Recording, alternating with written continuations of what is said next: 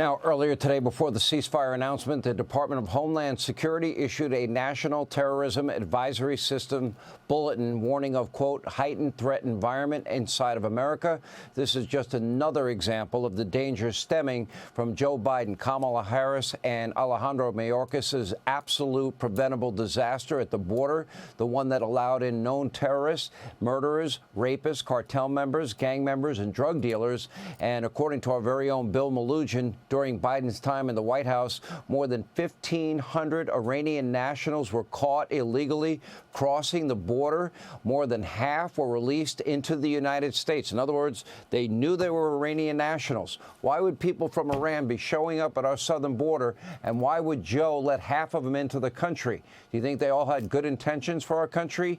And breaking today, the U.S. Supreme Court handing President Donald Trump a massive victory when they ruled that he can continue deporting illegals to third countries for now. Here with reaction, White House Deputy Chief of Staff for Policy and Homeland Security Advisor Stephen Miller. Stephen Miller, let's start with the peace agreement.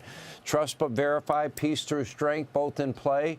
Donald Trump's doctrine, consistent with his first term, when he dropped the mother of all bombs on Afghanistan, took out Soleimani and Baghdadi and associates, and, of course, beat the ISIS caliphate.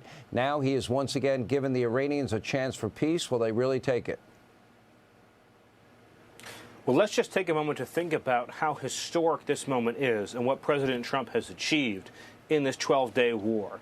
Presidents going back to Bill Clinton have said it is the policy of the U.S. government not to allow Iran to have a nuclear weapon.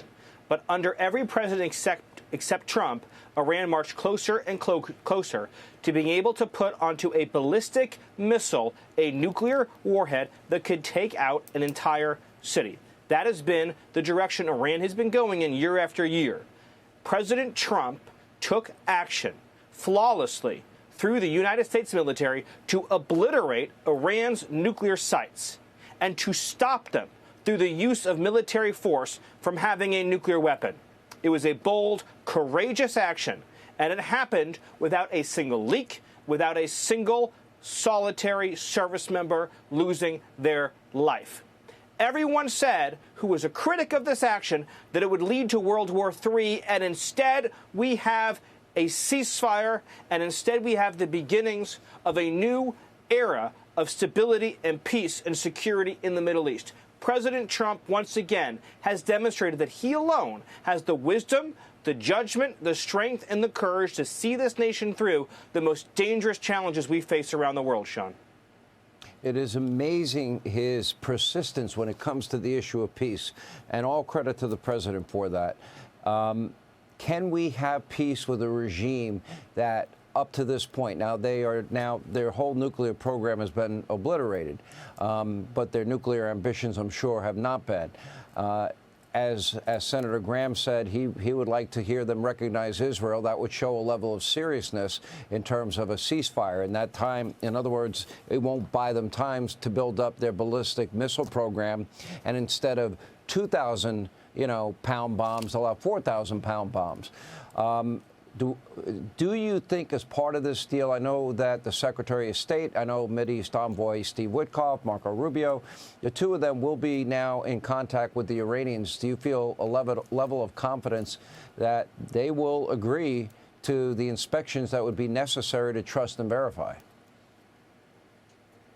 Well, Sean, I think the most important point here is even more fundamental than that. The words are easy. We've had inspection regimes in Iran for years now. The lesson that the Iranian regime has learned from President Trump is the lesson of hard power, Sean. President Trump gave them a 60-day deadline. The deadline was very clear. Make a deal with us or pay a price you cannot imagine. Look what's happened over the last 12 days. The leader of the Iranian Revolutionary Guard has been killed. The senior leadership in the government has been killed. Their entire upper leadership ranks have been executed. The entire infrastructure that allows them to create ballistic missiles has been wiped out. Their air defenses have been eliminated, and President Trump dropped 30,000-pound massive ordnance-penetrating bombs on Iran, wiping out their nuclear capabilities. What lesson has the regime learned from this? When President Trump offers you an olive branch, you better take it. Because if you don't, what's going to happen? So, you know, we can talk about words and press releases and everything else. Sean, the lesson the world has learned is that President Trump talks softly and he carries a stick that will smack and destroy and annihilate any single effort to create a nuclear power in this country that threatens American security. No ambiguity. I'm in full agreement with everything you said. Quickly, we have less than a minute. Your reaction. This court decision is massive, Steve. Yes, this is an incredible victory, the Supreme Court win.